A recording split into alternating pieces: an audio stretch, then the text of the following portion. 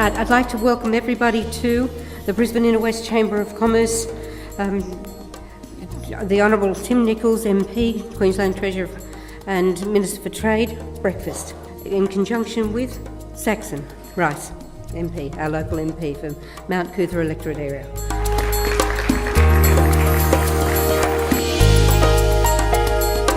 I'd like to also make a few acknowledgements, particularly my colleague, the Honourable Tim Nicholls, Treasurer and Minister for Trade.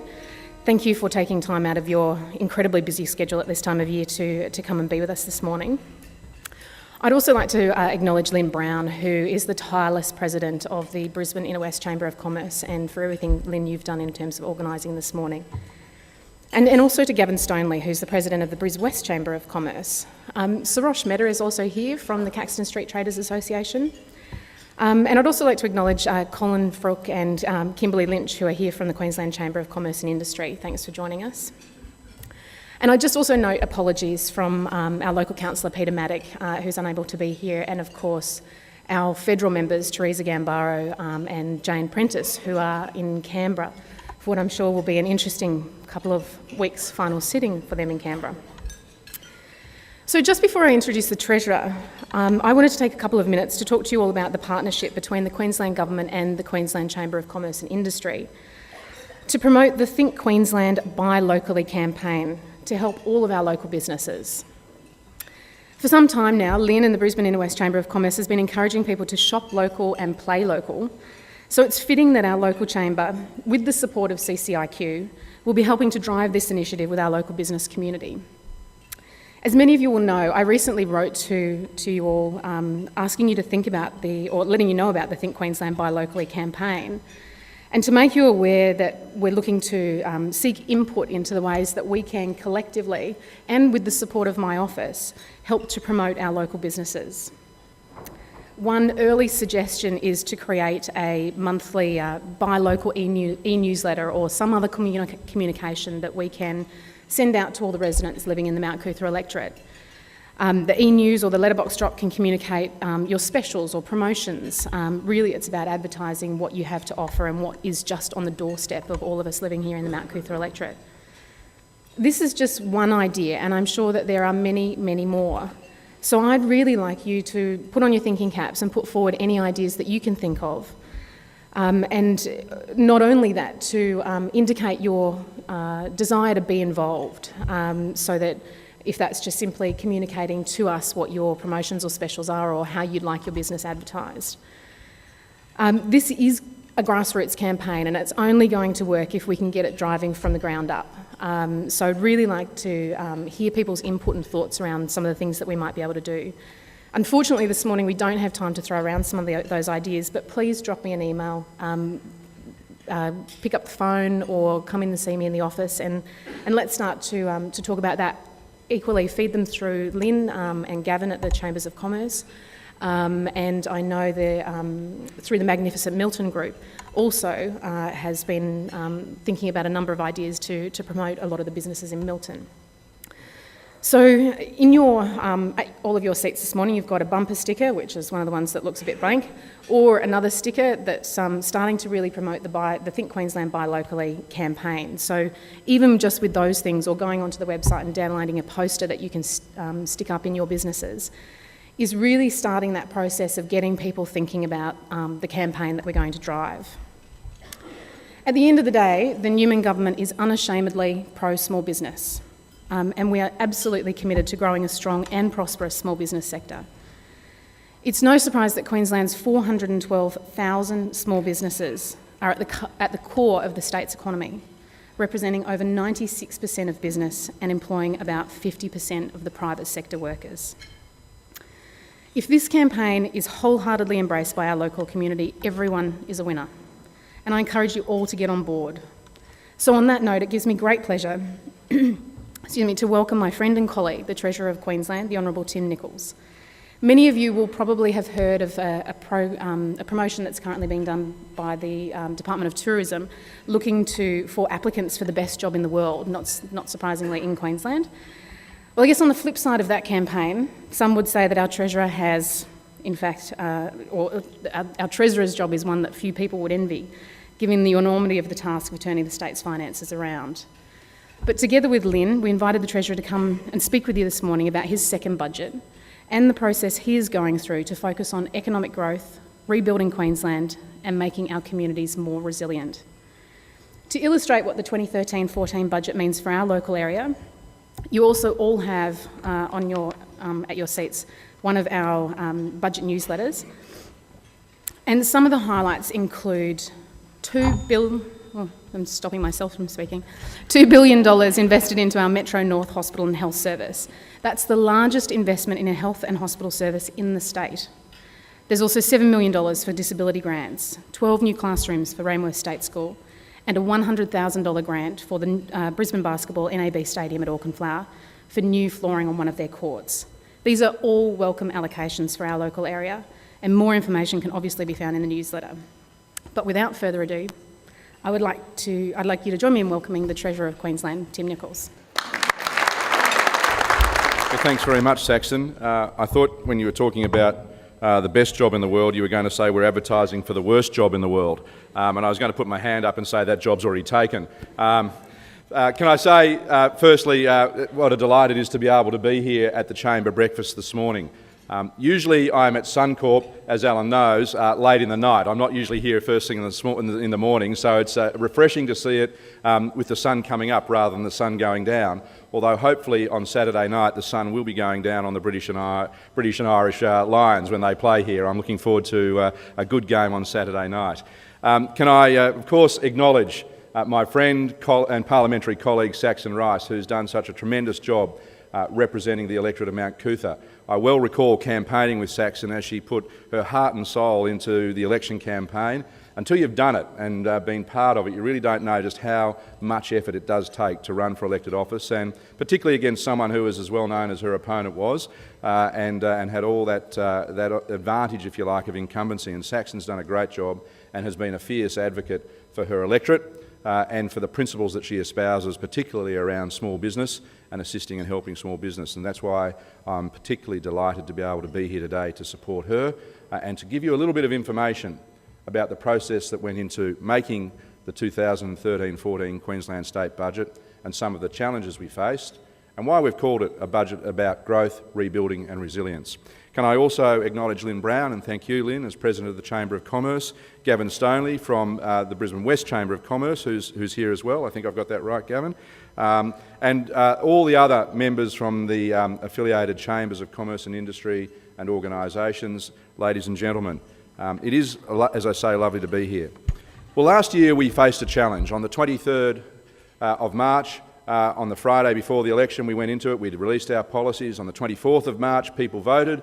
And on the 25th of March, the new government sat down for the first time and looked at the information that we were provided by the independent officers of the Queensland Government. And so on the Sunday, a little weary, a little battle bruised and worn, the Premier, the Deputy Premier, myself and a number of our incoming staff members received the incoming government briefs, the mysterious blue books that are often the cause of much investigation and excitement by journalists.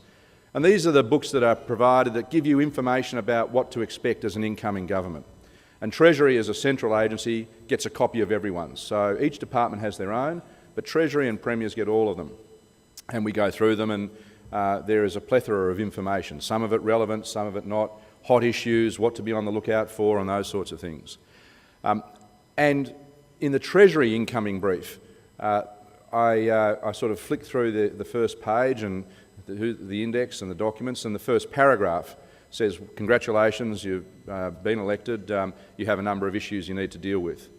And the second paragraph was somewhat arresting, and I like to read it to people, and if people have heard it before, I'm sorry, but I keep saying it because it has been, if you like, one of the guiding principles that we have had to deal with as a government. Let me read it to you, what it said.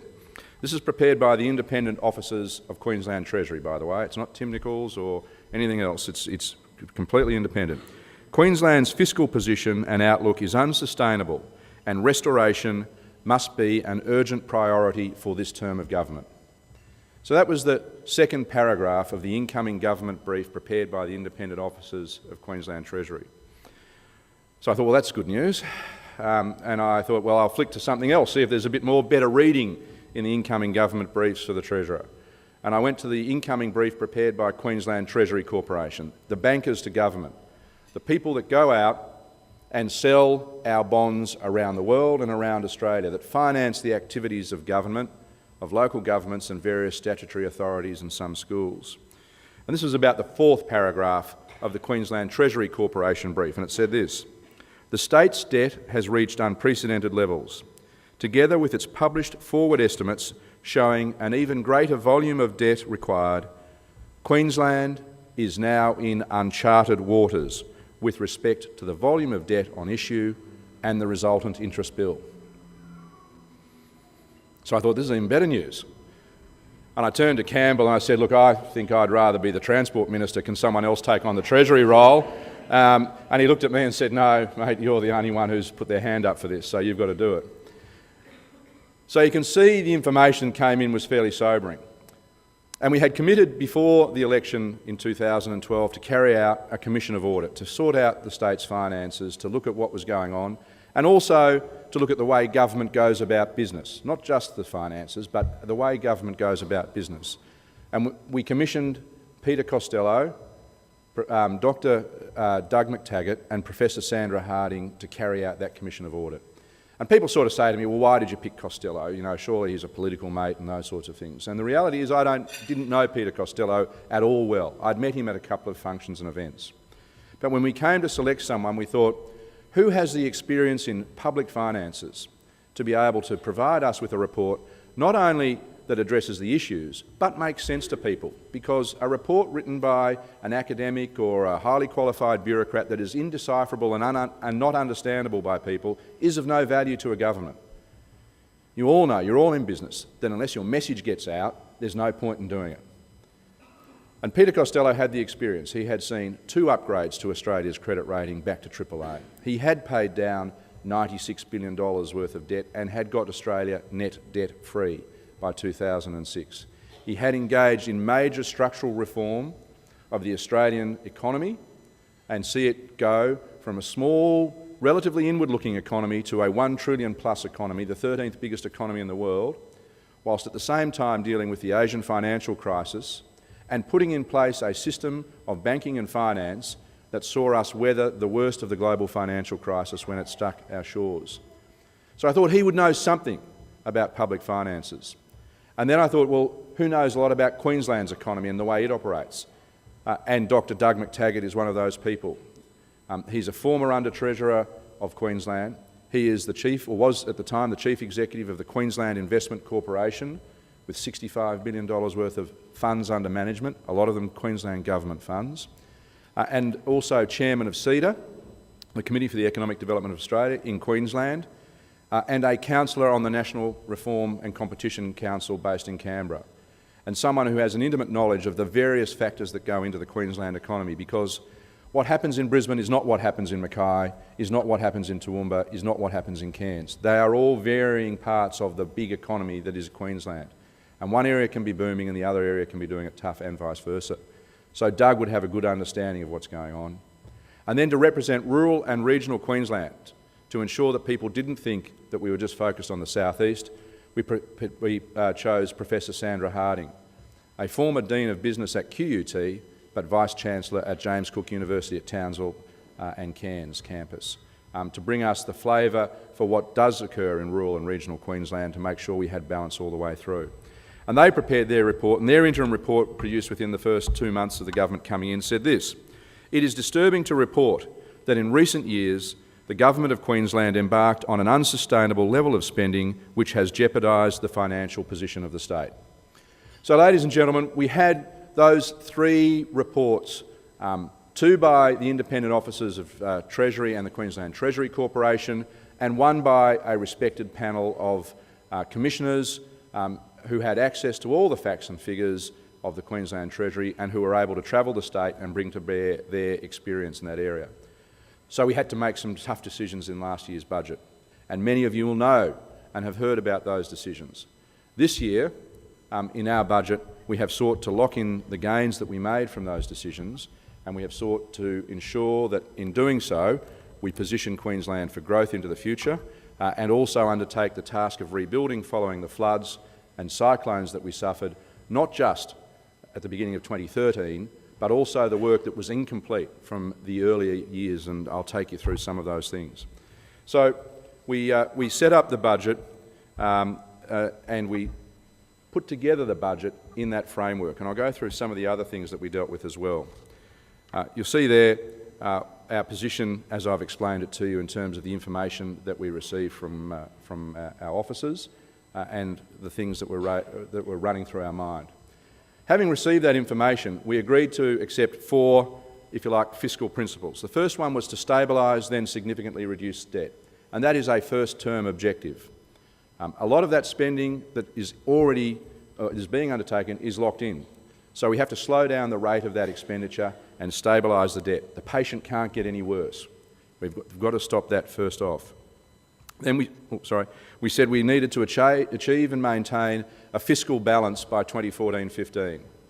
Now, sorry to bore you with sort of arcane bits of state and public finances, but governments run 2 sort of sets of balances. They run an operating balance or a fiscal balance, and most of what you'll see will be an operating balance. That is, on a day-to-day basis, does your operating revenue exceed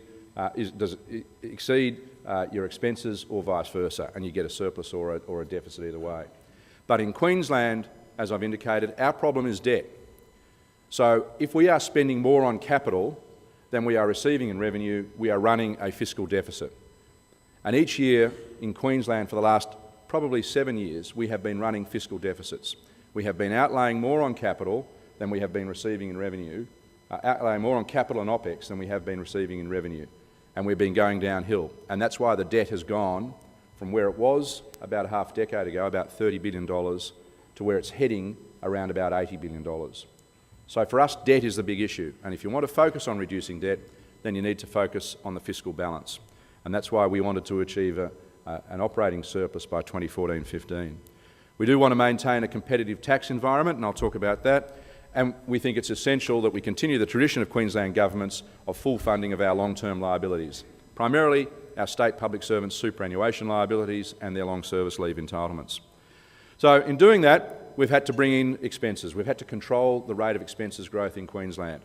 And that was one of the big things and the challenges that we faced last year, and that was controlling the rate of expenses growth. And all the reports had shown that expenses, government's own source expenses, had grown by almost 9% a year, year on year. And you can see that with the blue bars that you can see there. And you can see how very substantially it grew from about 04-05 onwards. The average rate of growth was nearly 9%. Well, in our current year, 12-13, as a result of the decisions we took in last year's budget, we will actually have the lowest rate of general government expenses growth since accrual accounting was introduced into the Queensland government finances in 1998-99.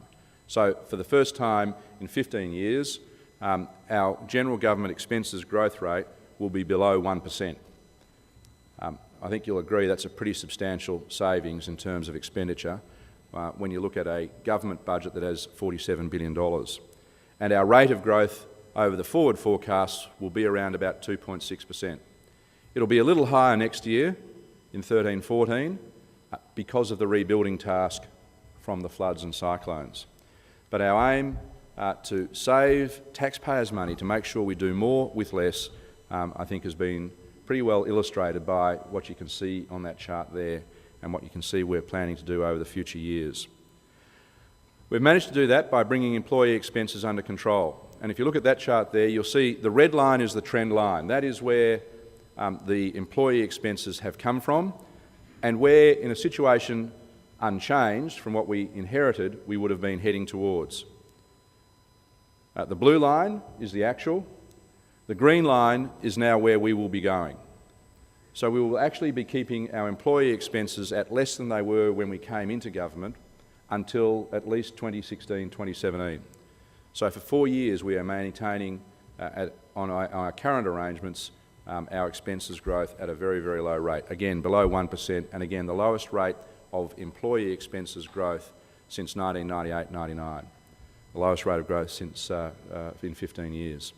And that has been an enormous driver of the savings that we have been able to reinvest in the delivery of services and controlling the growth in debt as well. So last year, I talked about the tough decisions we made.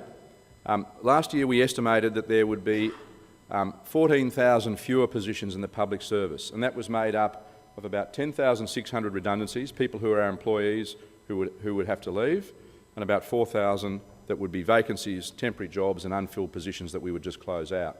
As those contracts expired, we would close those out.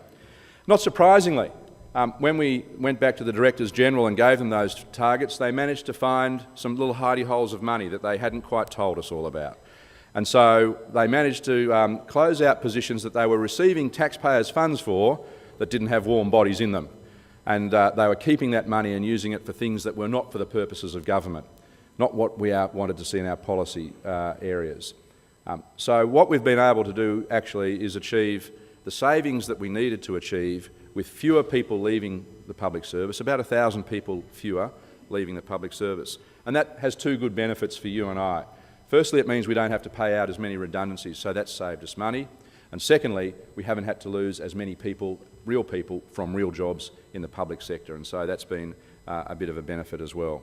So we've achieved the savings, we haven't had to pay out as many redundancies as we thought we would, and we haven't had to lose as many people as we otherwise anticipated. So what we actually see now is an ability to invest in frontline services, and that's why this year we'll be able to employ an extra 600 teachers and more teacher aides going into prep schools, and continue to invest in things like the Gold Coast University Hospital and the expansion of services in Cairns and Townsville. In framing the budget this year, we're also faced with a massive rebuilding task. And I think this slide is sort of instructive when you see just how much impact ex-tropical cyclone Oswald had on Queensland and the areas that it affected, because we tend to think back to Yazzie and the events that occurred here in Brisbane in 2011, and rightly so. But in terms of effect, ex-tropical cyclone Oswald and the summer of floods that we saw this year was second only to those we saw in 2010-2011. And when you see the track, which is the red line there, of ex-tropical cyclone Oswald, you can just see how extensive it was and how much impact it had all over the state. And last week I was talking, I did a series of presentations, and I've been at the Sunshine Coast on Wednesday, I was in Bundaberg on Thursday and Cairns on Friday. And all of those areas were affected by ex-tropical cyclone Oswald. And all of them need funds to be spent in those areas as part of the rebuilding task and part of the resilience task. But you can see the track as Oswald came down the coast. And that's had a twofold impact. Firstly, we've got an extra $2.5 billion worth of spending for repair work that we've got to undertake. And it also knocked our gross state product, our productivity, down by about 0.25%, or about $750 million. So the economy, particularly in that Burnett and Wide Bay area around the citrus growing and the horticultural regions, took a real hit as Cyclone Oswald sat over Bundaberg and that region for 2 days and dropped all that rain down. I don't know if any of you have been to North Bundaberg, and I went up to Maryborough and Gladstone during the floods and cyclones. I didn't make it to Bundaberg, but to travel through North Bundaberg is to sort of see devastation at a scale that you really don't experience and expect. And I saw lots of it here in Brisbane, but in that small community of Bundaberg it really has knocked it around a bit. Business is recovering, but I think people who have been flooded out will just find it very difficult to get back into their homes. So that's why we are concentrating on that rebuilding and resilience task. On top of that, we also had a bit of a knock with the global financial conditions. We see it on the news every night, but in Queensland we're a small trade-exposed economy. We are exposed through our exports to the rest of the world and the vagaries and fluctuations of exchange rates and demand requirements from places like China and Asia, particularly as our big customers.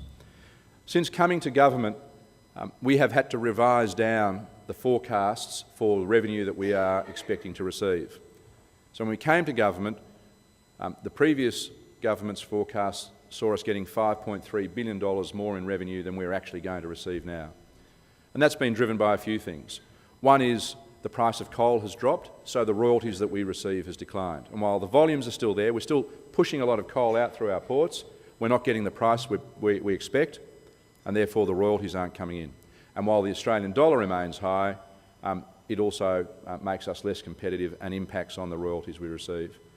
And to give you an example, a difference of 1 cent in the Australian-US exchange rate makes a difference of around $33 million to the royalties that the government receives. Over the last month, the exchange rate has gone up and down all over the place. So you can see it makes budgeting a little difficult, but we have done our best by picking a mark that we think is a reasonable mark. So royalties are down, general taxation revenue is down, predominantly on a slower than anticipated return to growth in the property market. Property transfers are a bit lower, and GST is down, telling you what I'm sure many of you already know, and that is that consumers are sitting on their hands and not spending as we would want them to spend. And that has a very significant impact on the state's revenues, because GST makes up about 20% of the revenues that the state receives. So those are the sort of factors that went into the consideration for the formation of the budget that we had to take into account. The level of debt, the write-downs in revenue, and the expenditure that we anticipate we'll need to make on the recovery effort. And that $2.5 billion worth of recovery that I showed you just a moment ago is only part of, in fact, the $9.3 billion that this budget allocates over 3 years for the entire recovery task, including ex-tropical cyclone Yasi, the bushfires that were up in the Cape and other areas. So it does make it a little challenging, I have to say. In terms of the outlook, look, we are relatively confident about where economies are heading. They are going to continue to grow, and particularly our major trading partners, China, India, Japan, Asia. They are our major trading partners, our major export markets, and we continue to see those markets growing at about 3.25%, less than the long-term average that we had experienced previously, which was around about 3.7% in the lead up to the GFC, but still growing at about 3.25%. Now, these are consensus forecasts that the Treasury officers prepare, and they look at a whole range of about 20 different economic forecasts to come up with them. And I noticed that the World Bank has actually just revised down its growth figure for the whole world in recent weeks. But this is not the whole world. This is our major trading partners. And one thing that does work for us is that our major trading partners in Asia tend to be the engine rooms of growth. So we have some confidence that those numbers do and will hold fast. But we are, of course, subject to the vagaries of what happens in those economies. If Europe stays in a recession, Europe requires less to be produced out of Asia. Asia requires less of what we provide, predominantly coal and iron ore. So you can see how the flow-on effect goes through. But we think that we're through, the world is through the worst of the economic crisis. And we still see things like Cyprus pop up and so on, but not to the extent that perhaps it was 2 or 3 years ago. So we see our major trading partners continuing to grow. And I think one brief highlight or bit of good news is the situation in Japan. Japan, which had had 2 decades of deflation, now seems to be growing much more strongly under the regime of the new Prime Minister there, Mr. Abe, Abenomics they call it, and their quantitative easing seems to have provided some confidence back into the Japanese economy. And Japan is still our biggest two-way trade partner. I think people sometimes think it's China, but for Queensland, two-way trade is strongest between ourselves and Japan. And we need that economy as the 3rd biggest in the world to continue to fire. Our economic growth, we anticipate, will come off slightly, and I'll go through some of the reasons for that, but that is generally around the LNG industry. So we've had a very substantial ramp up in construction of the LNG plants on Curtis Island. So there are 3 big companies who are investing $60 billion. And to give you an example of how much money is being spent there, in the last 3 months of 2012, each of those companies spent $3 billion. So in the last 3 months of 2012, $9 billion was injected into the Queensland economy, well, almost $9 billion, a bit less, some of it goes overseas, was spent on building those plants. Obviously, that rate of growth is unsustainable, and it will come off as we go from the construction phase to the production phase, and we start exporting that gas overseas. And that's what's driving that very substantial growth that you see in 2015-16. That is the first full year of full production from the CSG to LNG plants. And we are fairly confident about, because each of those companies has had to provide disclosure to the share market about their contracts for the sale. So that gas is already sold. Contracts have been signed, 10-year supply contracts. So we're pretty confident that those numbers will come through. The challenge for us as a government, for all of us, will be that that will not be a broadly felt economic boost. It will be going into our terms of trade as we sell more gas, but it won't be as broadly felt as a huge construction-led growth phase or spurt would be, where people go out and buy goods, buy homewares and those sorts of things. So our challenge will also be not only to ensure that gas does get produced, because it is vital to the growth of the economy, but that we also concentrate on those other pillars of the economy that we talk about around agriculture, around tourism, and importantly around property and construction. So you'll see growth come back, and that will be on the back of those LNG projects, and that slide there gives you an idea of where that construction will go.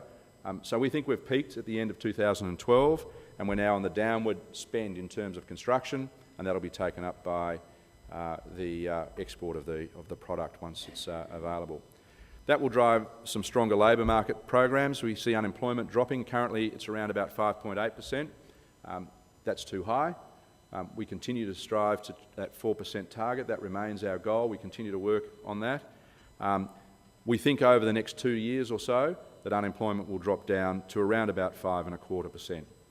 But more work is needed there, and again, that's why we remain committed to growing those other sectors of the economy as the labour force continues to grow. And we also anticipate a return of the domestic consumer into the market.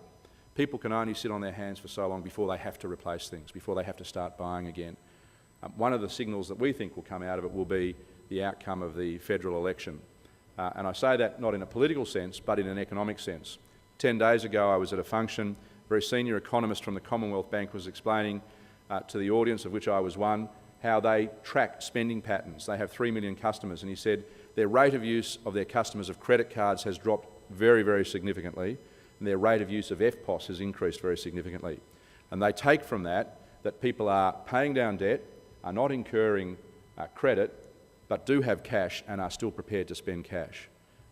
But people are waiting to see an outcome from the federal election in order to, if you like, open the tap and start spending again. They just want some certainty out of it. And he said that as an economic item, not as a political item. Obviously, I'd say it as a political item, but I wouldn't want to do that in a non-partisan event like the chamber here. So as a result of that, what the hell, I'm a politician. As a result of that, we've had to make some changes to revenue. State governments have a very limited range of revenue sources. All of them are unpopular, believe you me, I get all the letters. And most of them are inefficient or inefficiently applied. But when needs must, we have to make some tough decisions. So what we have done is we have expanded what used to be called the urban fire levy to an emergency management fire and rescue levy. And we've expanded that to all the properties in the state, and we've used that to underpin the delivery of the services that increasingly, unfortunately, we need more of. So emergency management fire and rescue services cost about $570 million in 2012-13, and everyone is entitled to them. You are entitled to access the emergency management helicopter to take you off the roof if your property is flooding. The swiftwater rescue crews will be available for people wherever they might be. If you need water bombing because there's a bushfire, that will be available. So we think it's a reasonable proposition that everyone who will be able to access that service makes a contribution to it. So there's, for the urban areas, an increase of 6.5% from the 1st of January in the urban fire levy. That means for a domestic household, the bill goes up by about $12.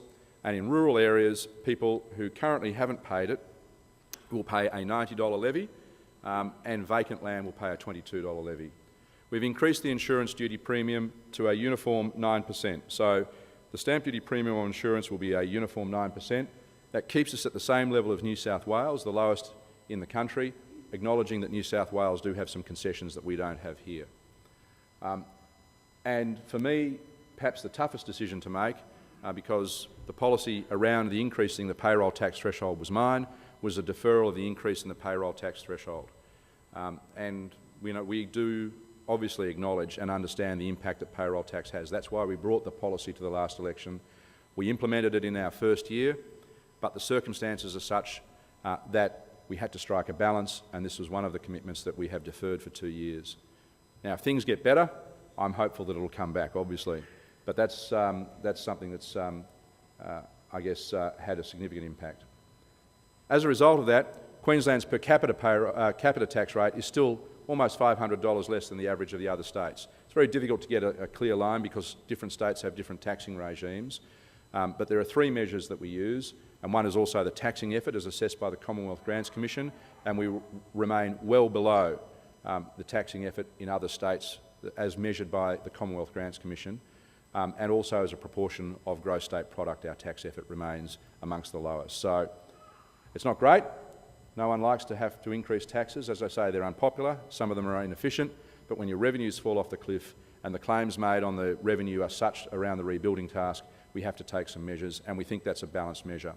And we've also pushed out getting the surplus back by 14-15. I'm giving a roundup. That had been one of our goals. You recall the fiscal targets that we set ourselves.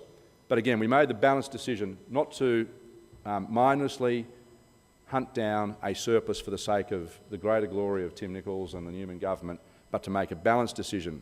When we're asking other people to make a contribution, asking businesses to make a contribution, we also need to balance our capacity to be able to fund it. And so deferring the return to a surplus is one way we make sure that we have got it balanced in the right way through. We haven't dragged the economy down by going in and making further substantial cuts and made a tough situation worse.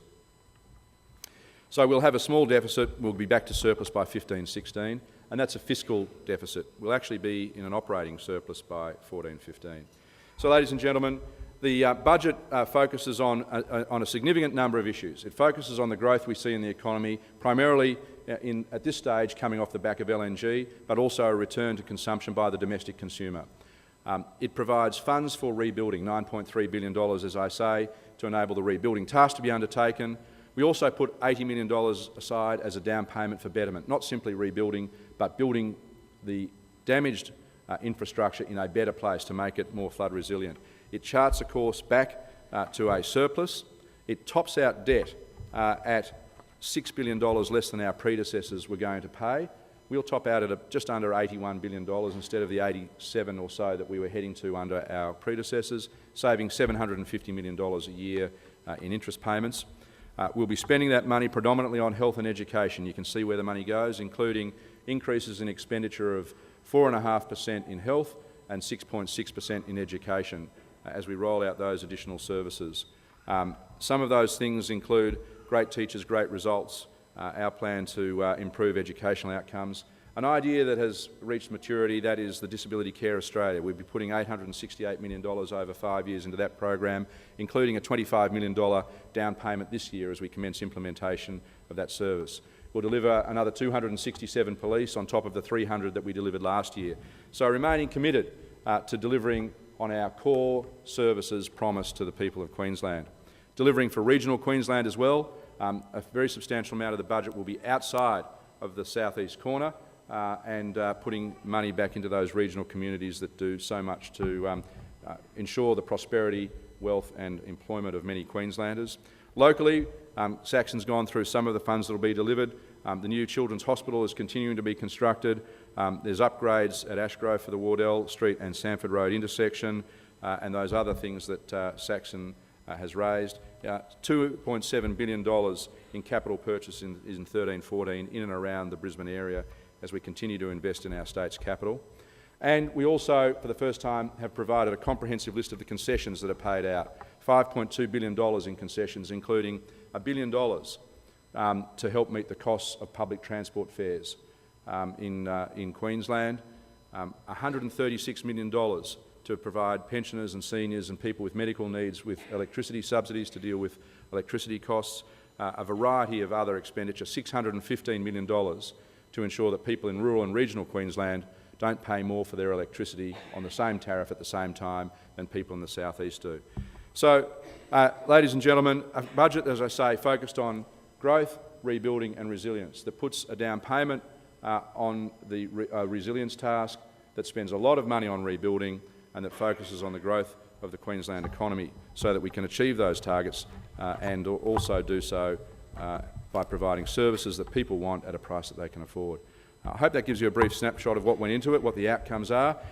It hasn't been an easy task and some of the decisions, as I say, are not always popular, but it's been necessary if we're going to make sure that Queensland remains a great state with great opportunity. Thank you very much.